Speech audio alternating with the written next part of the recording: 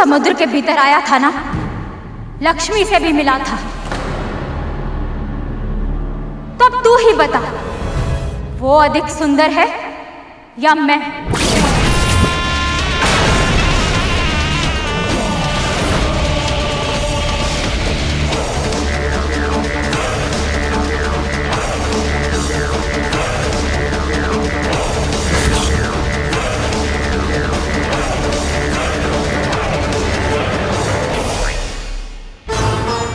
माँ,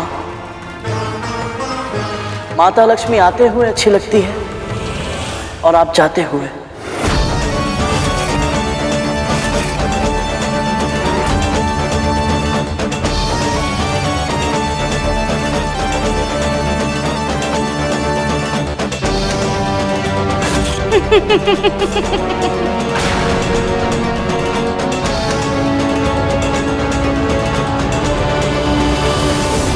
मुझे तेरा उत्तर अच्छा लगा।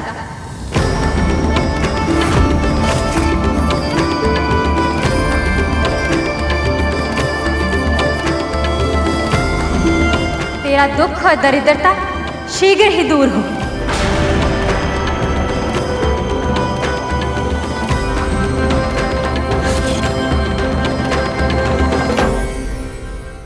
परिस्थितियां कितनी भी कठिन क्यों ना हो, ये इतनी आसानी से बच कैसे जाता है?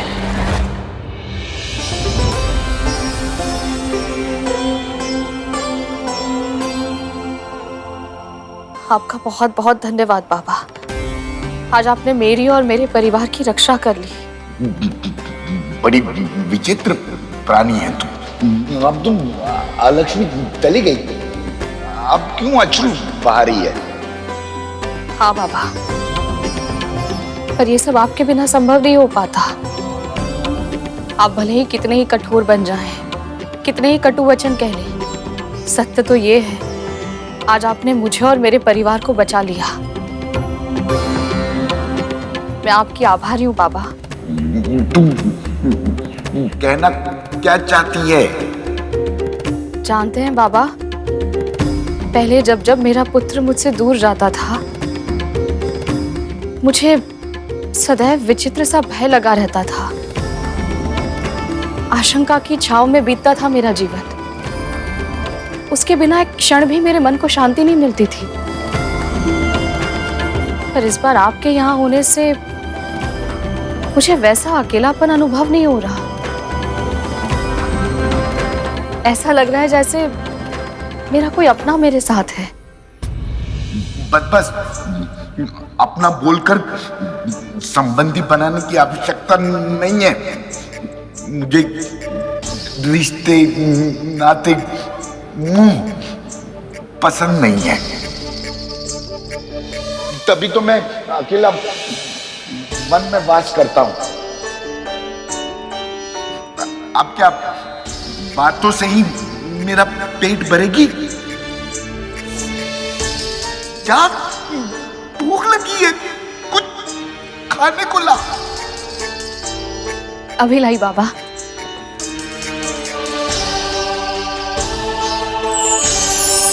यदि तू इस परीक्षा को परिपूर्ण कर ली तो तुझे ऐसा आशीर्वाद दूंगा कि तेरे सारे कष्ट दूर हो जाएंगे। प्रभु, निवास के लिए स्थान मुझे कहीं ना कहीं मिल ही जाएगा, पर हर स्त्री की तरह मेरा भी एक स्वप्न है कि मुझे भी कोई जीवन साथी मिले, कोई हो जिसे मैं अपना सकूं और जो मुझे अपना ले पूरे मन के साथ।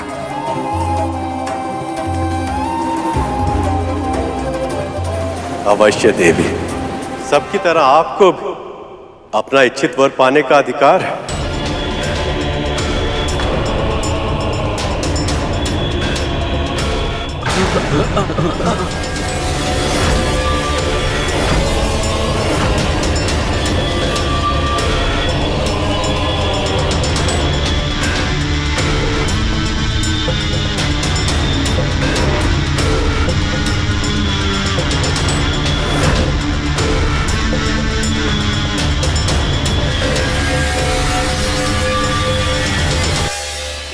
कोई भी मेरे गुण दोषों के साथ मुझे स्वीकार करने के लिए तैयार नहीं है नारायण। इसलिए मैं आपका आवाहन करती हूँ कि आप मुझे स्वीकार करेंगे, आप मुझे स्वीकार करेंगे, मुझे स्वीकार करेंगे।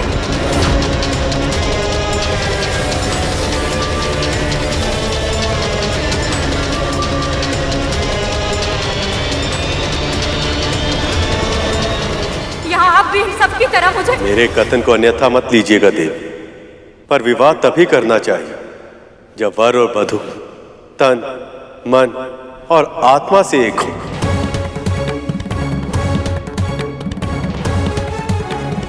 पर मैं तो देवी लक्ष्मी की प्रतीक्षा कर रहा हूं।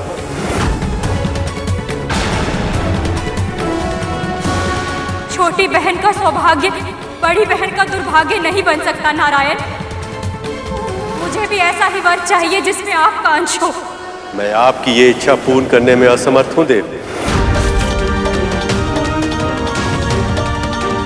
पर मैं आपको दिव्य दृष्टि का वरदान अवश्य दूंगा, जिसकी सहायता से आप अपने लिए योग्य और उपयुक्त वर ढूंढ पाए।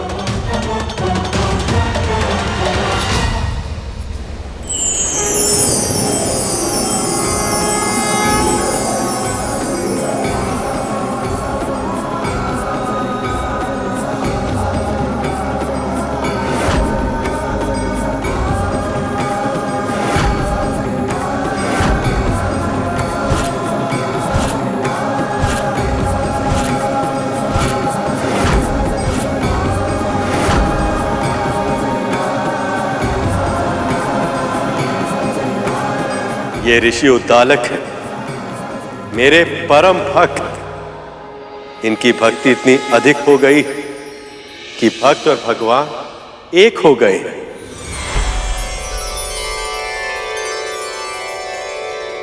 ये मुझे स्वीकार है नारायण।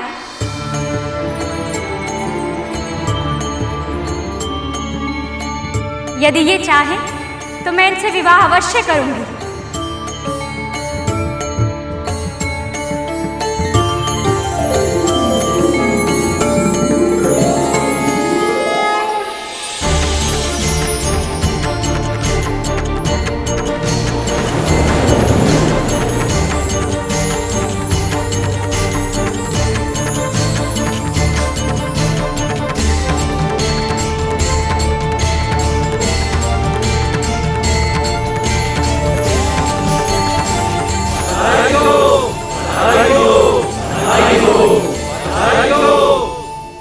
आपका जीवन शुभमय हो लक्ष्मी।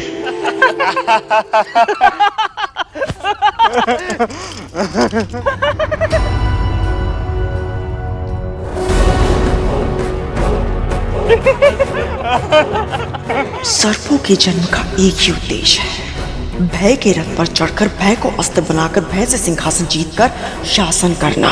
पर यहाँ तो उल्टी गंगा बह रही है। विष धारण करने वाले यदि कोमल स्वभाव अपना लेंगे, ऐसे हास परिहास में समय व्यर्थ करेंगे तो युद्ध कैसे कर पाएंगे? कैसे जीतेंगे अपने शत्रु से? कुछ अधिक ही बदलाव आ रहा है मेरे महल में। विंता मेरा हाथ रोकने का साहस जुटा रही है और मेरे पुत्र अपने विष की कड़वाहट खोकर खिलखिला रहे हैं। बहुत हो गया, अब इस बदलाव को बदलना होगा मुझे। फिर से मुझे मेरी व्यवस्था स्थापित करनी होगी।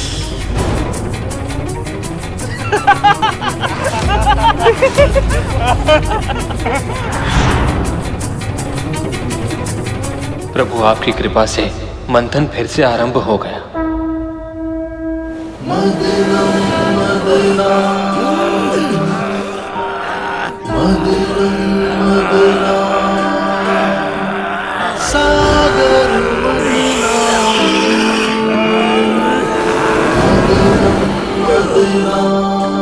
कितना श्रम करना पड़ रहा है मेरे पुत्र को।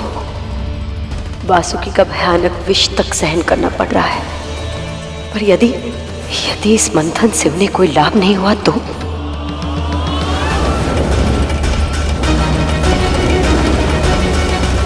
बलि, यदि इस बार कोई विनाशकाली शक्ति प्रकट हुई तो हम असुर इस मंथन को बीच में ही छोड़ देंगे।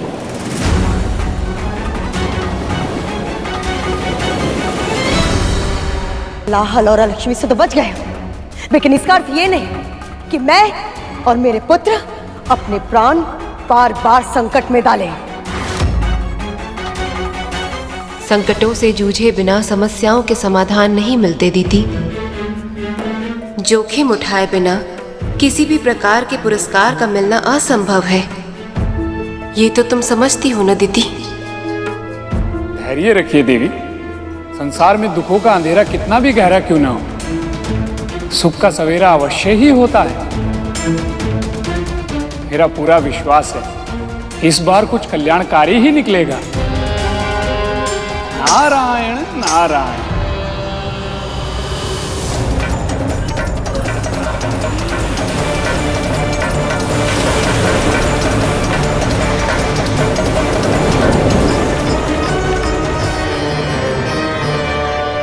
प्रभु,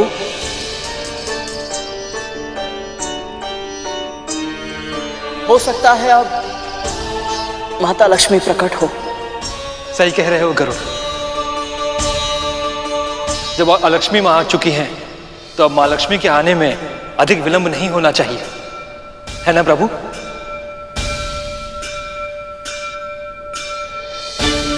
आपकी आंखें आपके मन का दर्पण है प्रभु।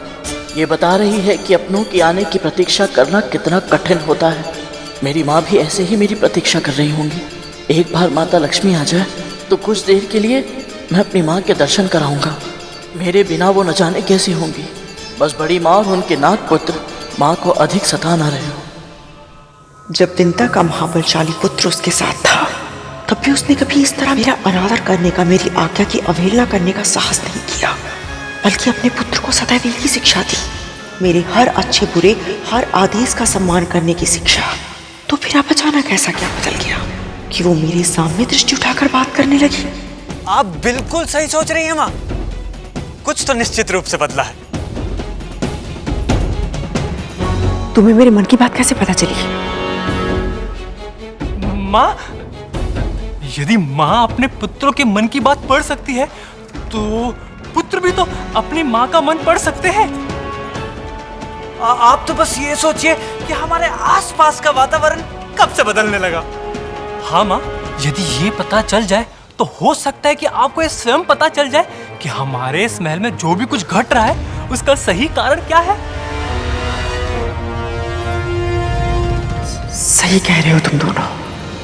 आपको जो दंड देना है मुझे दे दीजिए, पर उन बाबा को जाने के लिए नहीं कह सकती मैं। अब बताएगी भी? बात क्या है? बाबा को पौष्टिक आहार चाहिए महारानी। उस बुढ़े में अवश्य ही कुछ बात है। जब से वो आया है इस विंता का मनोबल भी बढ़ गया है और हम सब मिलकर भी उसे कुटिया से बाहर नहीं निकाल पा रहे हैं। क्या हुआ? फेंक दिया उस बूढ़े को बाहर? उसे महल से बाहर फेंकना तो दूर की बात है माँ, हम दोनों उस मायावी के आसपास भी नहीं पहुंच पा रहे माँ। जब से उस बुढ़े ने इस महल में प्रवेश किया है तब से ही सारी गड़बड़ चल रही है। कुछ दिन पहले मुझे भी एक तीव्र झटका लगा था। अवश्य वो बुढ़ा सारी समस्या की जड़ है। समस्या की जड़? नहीं नहीं माँ, वो तो समाधान।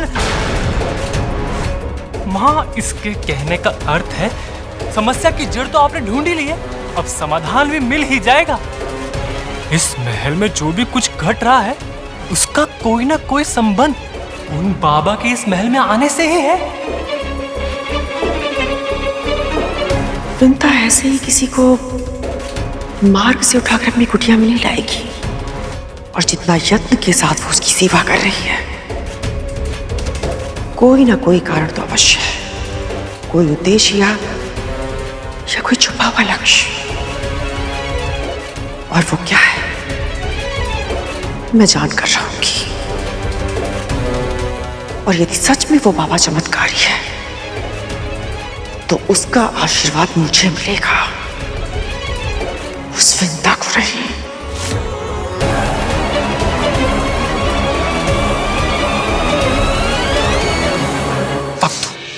माँ कब बदलेंगी? अरे धूमल, ये बोल माँ कब सुधरेंगी?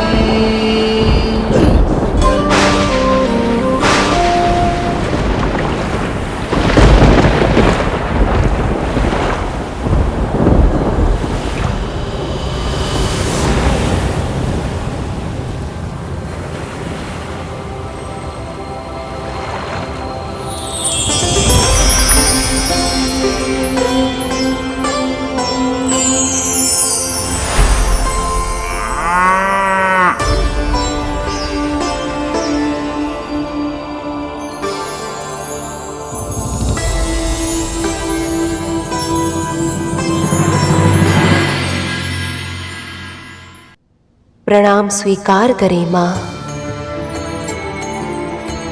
प्रभु, ये गौ माता कौन है और इनमें इतना विशेष क्या है कि इनके प्रकट होते ही वातावरण में अभूतपूर्व शुद्धता और शांति व्याप्त हो गई।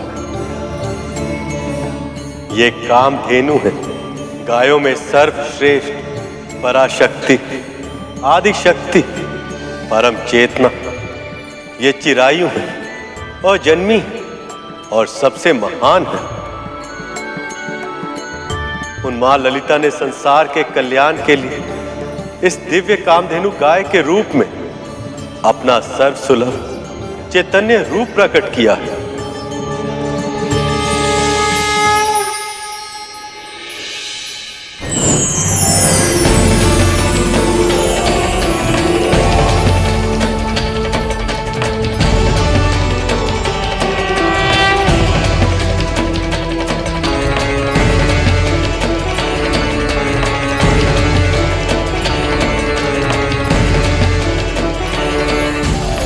इनके विशेष लक्षण क्या है प्रभु?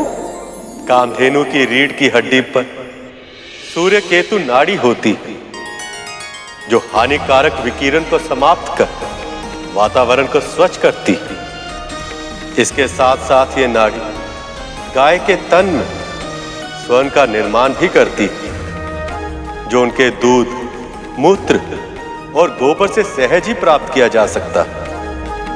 हम दूध और मूत्र का उपयोग करते हैं और गोबर खाद के रूप में खेतों में उगने वाले अनाज के माध्यम से हमारे तन में प्रवेश करता है। इनकी पूंछ भूमि को छूती है और स्त्रियों की चोटियों के समान सदैव गुथी ही होती हैं। अहिंसा का संदेश देने वाले इनके ये सींग सदैव उल्टे ही होते हैं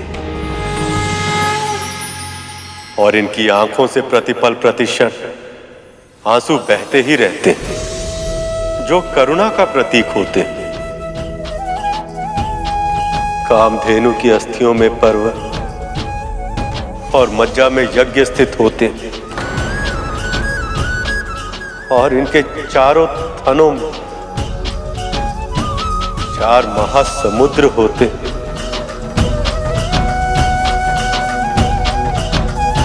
और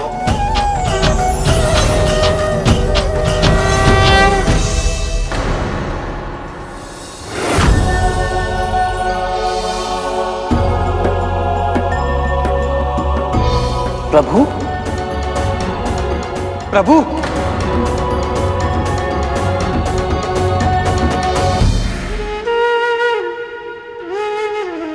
क्या हुआ प्रभु? आप अचानक कितने भावुक क्यों हो गए? नारायण भावुक इसीलिए हो गए क्योंकि कामधेनु के पिछले भाग में देवी लक्ष्मी का वास होता है।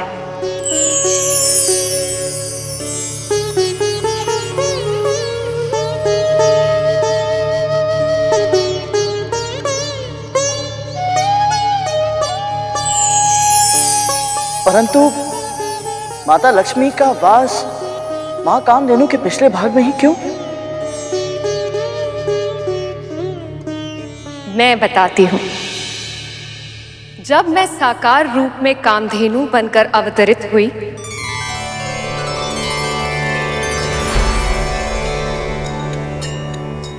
तब सभी देवी देवता मुझ में स्थान ग्रहण करने आए।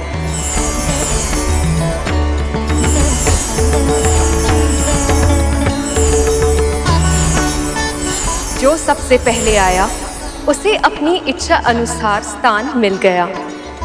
मेरे इस कामधेनु अवतार के सींगों के जड़ों में सदैव प्रजापति ब्रह्मा और महाविष्णु प्रतिष्ठित होते हैं। सींगों के अग्र भाग में सभी चराचर और तीर्थ स्थित हैं। मध्य भाग में स्वयं महादेव, ललाट में गौरी, नासिका में कार्तिकेय, कानों में अश्विनी कुमार और आंखों में सूर्य और चंद्र स्थित है। खुरों में सरस्वती और इसके गंध स्थलों में यम और यक्ष का वास होता है।